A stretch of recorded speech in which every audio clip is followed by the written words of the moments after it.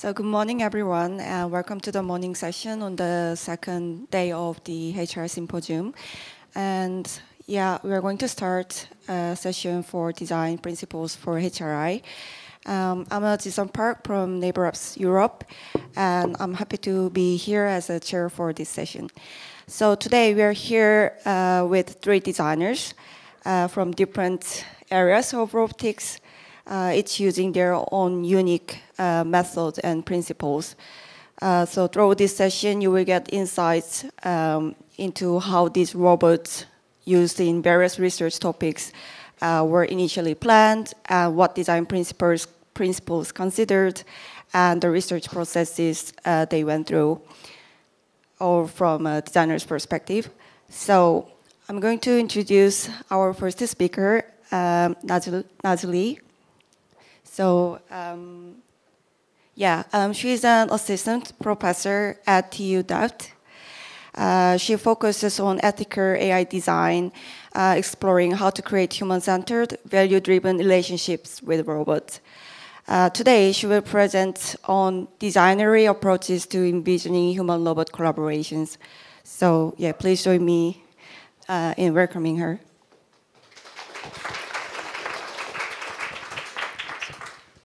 Thank you. Good morning, everyone. Very happy to be here. Very happy to kick off this great program of today.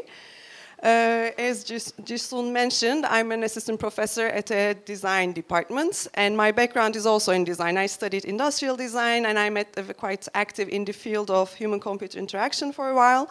So I'm not a technical person, and I'm here, I became throughout the years as sort of a design theoretician. And I'm here today with this mission to maybe introduce what design can offer to the field of HRI with its a more unique ways of knowing the world. We call designerly ways of knowing.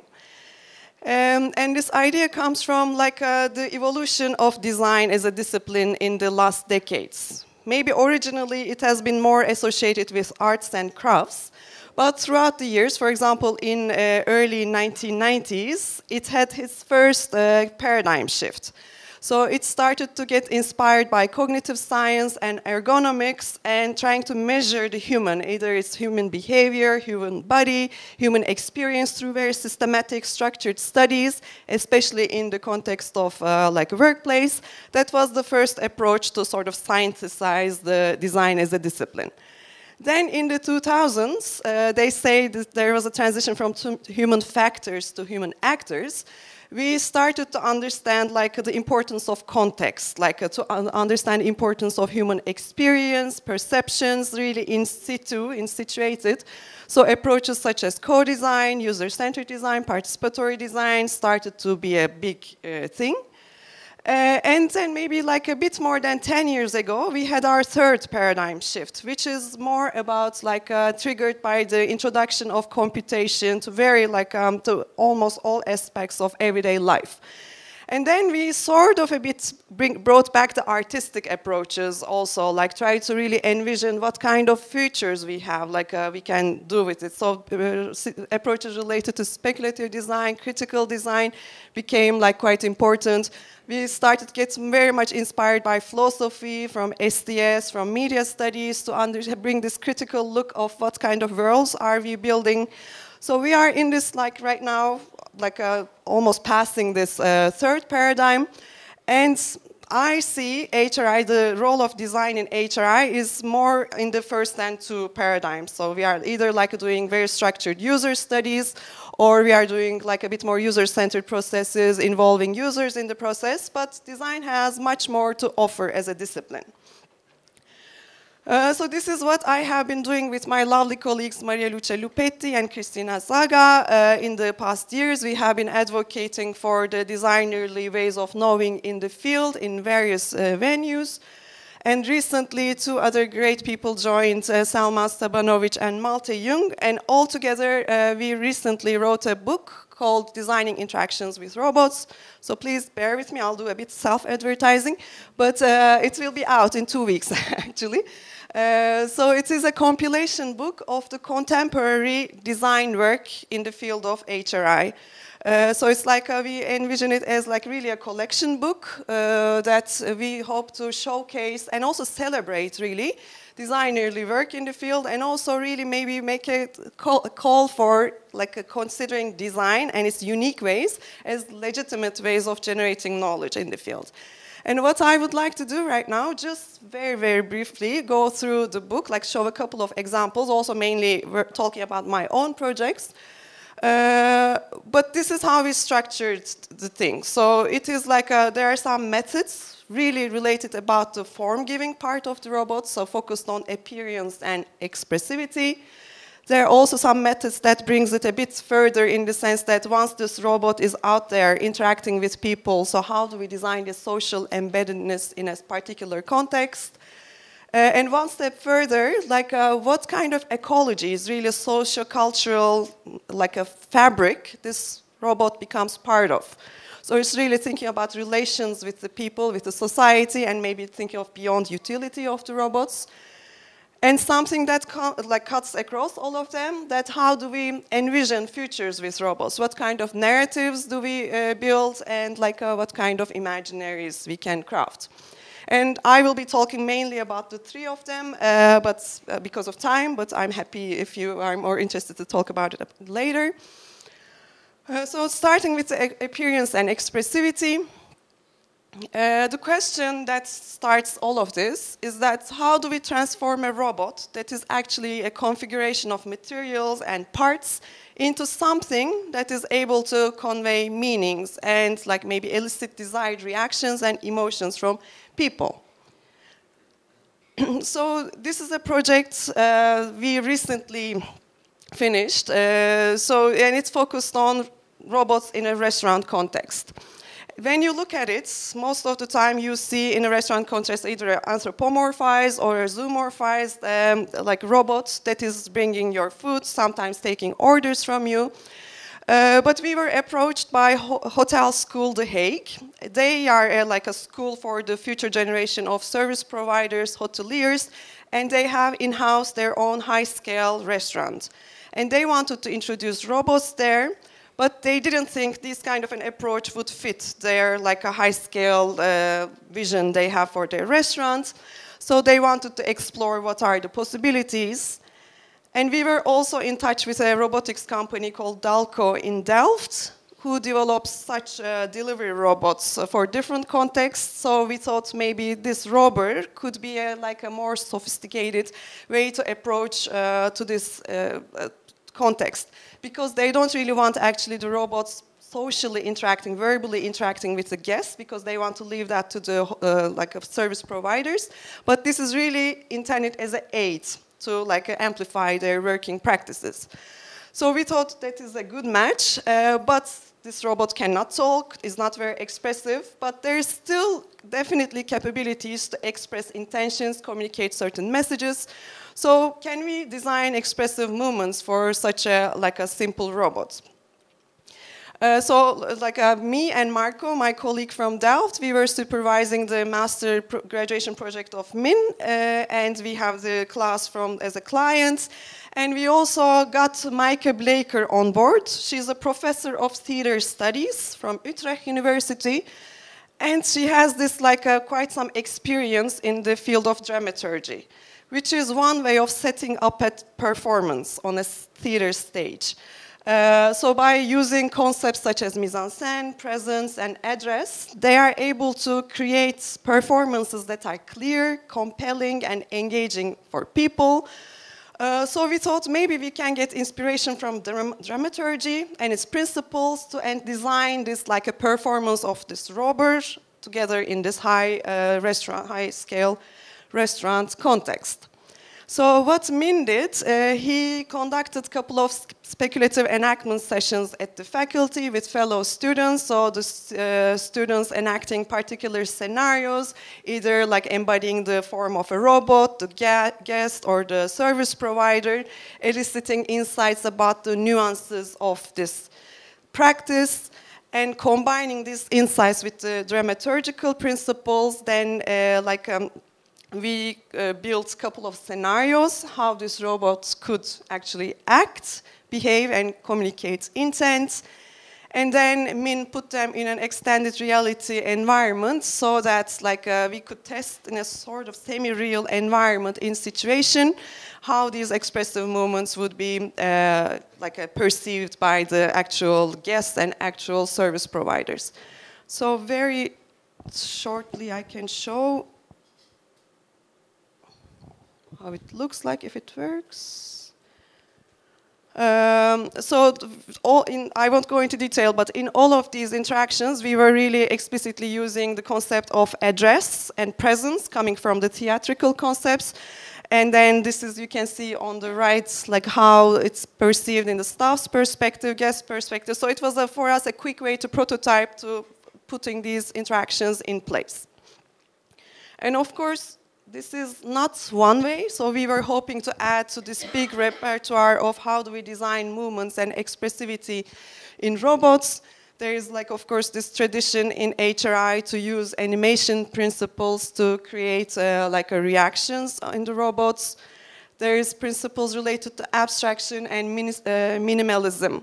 For example, in the greeting machine, the scholars are going into the very core of the minimal ways to communicate a particular intention to an audience by using minimal movements and minimal forms, which is a quite nice approach. Body storming is established quite often, of course, we have the book, we have the, I don't know, Danilo, yes.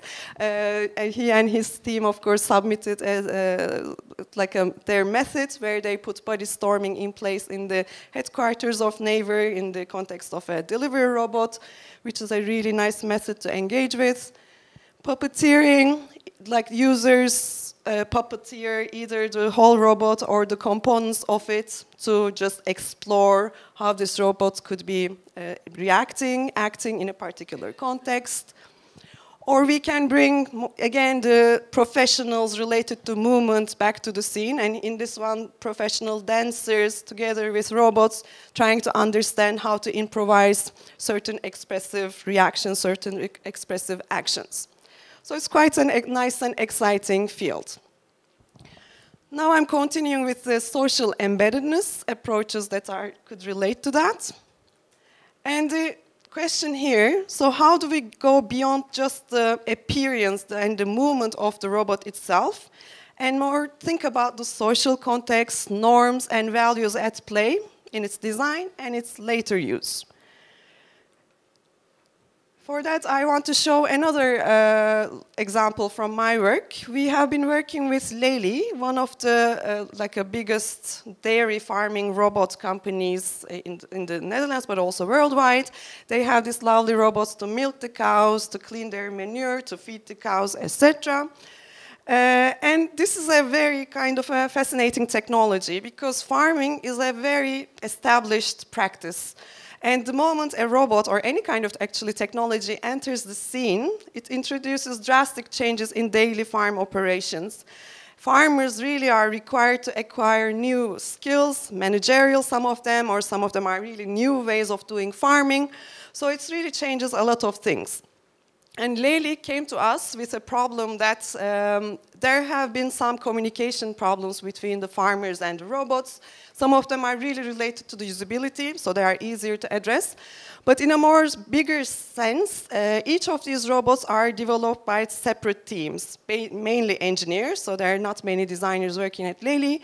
And there's no a universal language between the robots. So what green light means in one robot means something completely different in another robot. The sounds they make are completely and doesn't match. So farmers are having lots of difficulties to understand what these robots are trying to do and say. So they asked for help. And again, together with Marco and with Lely, we had another master's student to dive into this context. And at the end, we designed guidelines. So it's not, we didn't design robots or interactions to them, but we sort of created a way for them to how to tackle these challenges. These guidelines are like a fusion of we really dove into the dairy farming context. We did observations with the farmers and robots. We did interviews, so we dove into the context necessities. We did sessions with the company, which I will show in a minute, about their values.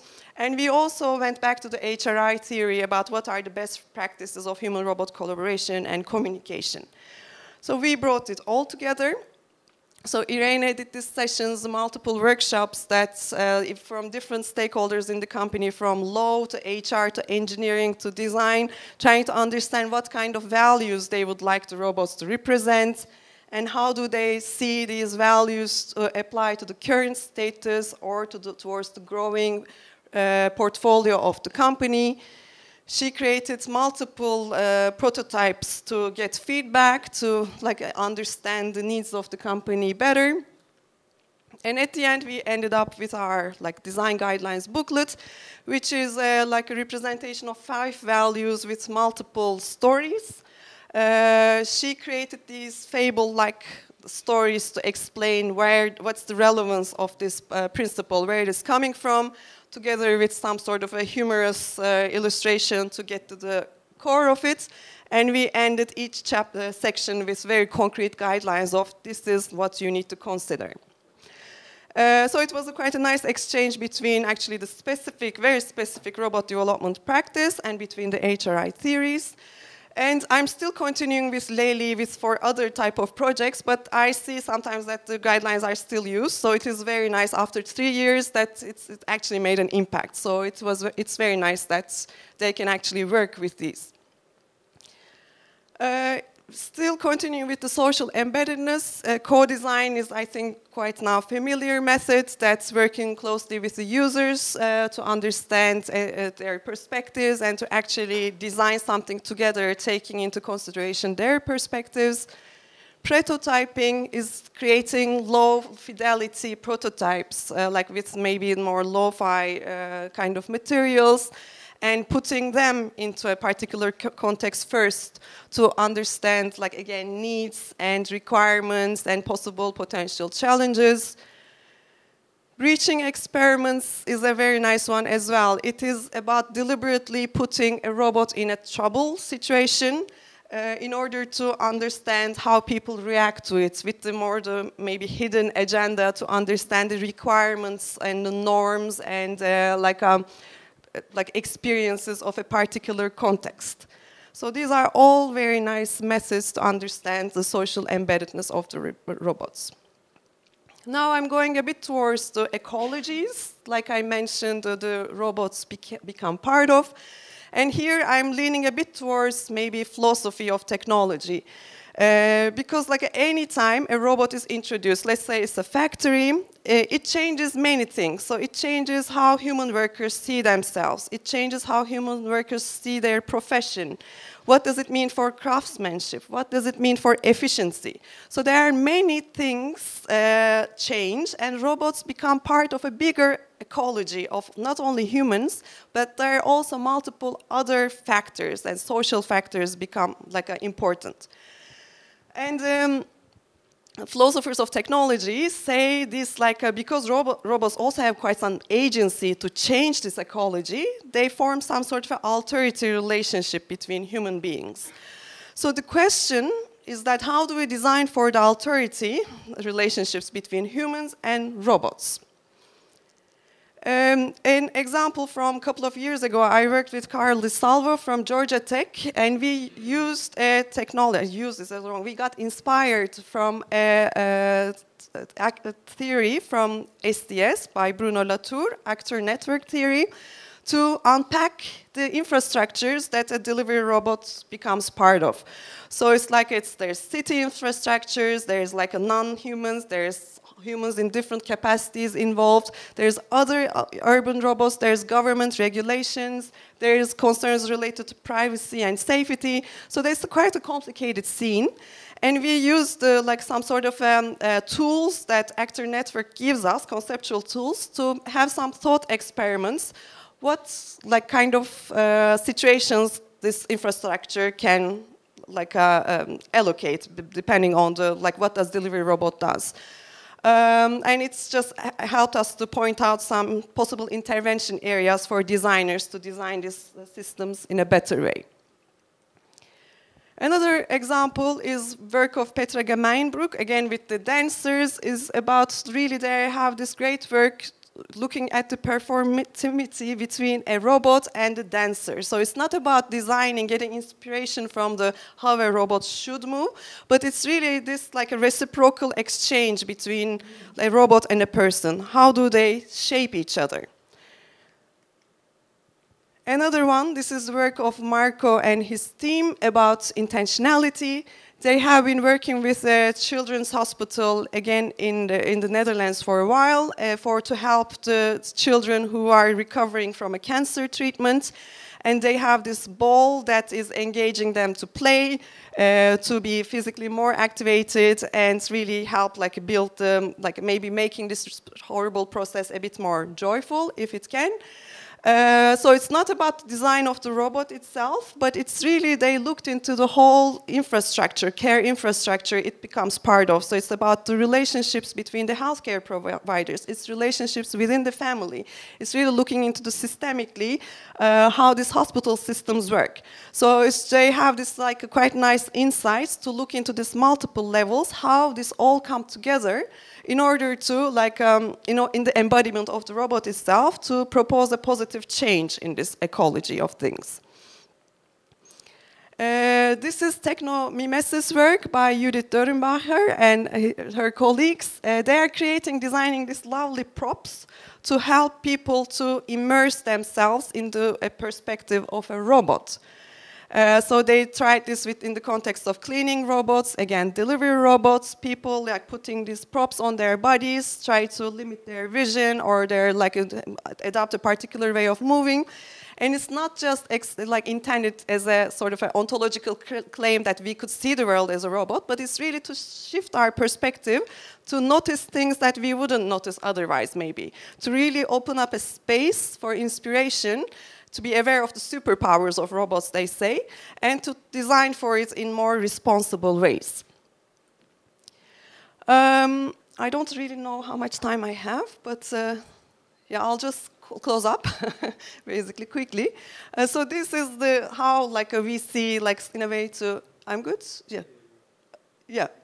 Oh, okay. To wrap it up, actually, I'll then to remind that this is how we see it, and there's a lot more methods that we list in the book. So, like, you are really welcome to check it out. And I would like to close off with the comment that Malte also wrote in the book, that this book started a bit as a frustration of us, so that the design is used a bit in limited ways in the field of HRI. Although design is very core part of it, but maybe the richness of the work is quite limited in under the disguise of a user study, because that is the only way that the field considers as a legitimate way of doing scientific research. But actually, in the field, in interaction design and HCI, we sort of overcame this. So we don't necessarily have to present only bar charts and p-values to be considered scientific, but there are other ways of knowing the world and making a contribution to it. So this is, again, call to acknowledge design as a distinct discipline with its unique ways of knowing, because it can really help support the HRI to conceptualize new and hopefully better interactions, and also make a more methodological and epistemological contribution to the field to be able to articulate, reflect on, generalize its processes and insights. I think that's all I have. Thank you.